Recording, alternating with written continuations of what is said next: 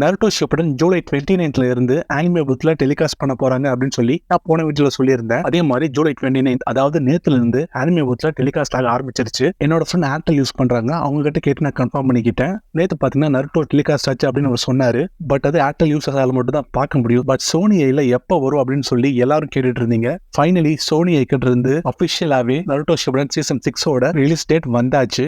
Telecasting date எப்போன்னு பார்க்கறதுக்கு முன்னாடி நம்ம சேனலில் பார்த்தீங்கன்னா 93% வியூவர்ஸ் சப்ஸ்கிரைப் பண்ணாமல் பார்த்துட்டு இருக்காங்க. ஸோ ப்ளீஸ் இந்த வீடியோ நீங்கள் சப்ஸ்கிரைப் பண்ணாமல் பார்த்துட்டு இருந்தீங்கன்னா ஒரு சப்ஸ்கிரைப் பண்ணுங்க. அண்ட் நம்ம சேனல் பார்த்தீங்கன்னா 5000 சப்ஸ்கிரைபர்ஸை ரீச் பண்ண போகுது. ஸோ கண்டிப்பாக சப்ஸ்கிரைப் பண்ணிக்கோங்க.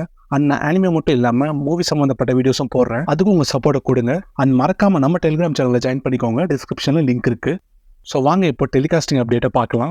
நருட்டோ ஷிப்புடன் டெலிகாஸ்டிங் அப்டேட் நேற்றுலேருந்து சோனி சேனலில் வந்துகிட்டு இருக்கு. நிறைய பேர் ப்ரோமோ வந்திருக்குன்னு சொன்னாங்க, பட் நான் ப்ரோமோ பார்க்கல, ஒரே ஒரு அவுட்லே மட்டும் தான் பார்த்தேன். அந்த அவுட்லேவை நான் உங்களுக்கு காட்டுறேன் பாருங்க. ஸோ இதுலயே சோனியை கிளியரா மென்ஷன் பண்ணிட்டாங்க, ஆகஸ்ட் 12 இருந்து நருட்டோ ஷிப்புடன் டெலிகாஸ்ட் பண்ண போறாங்க. Monday to Friday as usual அதே 10 மணி தான். டைம்ல எதுவும் அவங்க சேஞ்ச் பண்ணல.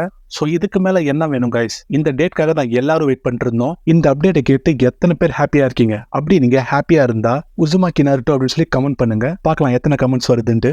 ஸோ இன்னும் 2 வீக்ஸ் இருக்கு, எல்லாரும் ரெடி ஆயிக்கோங்க.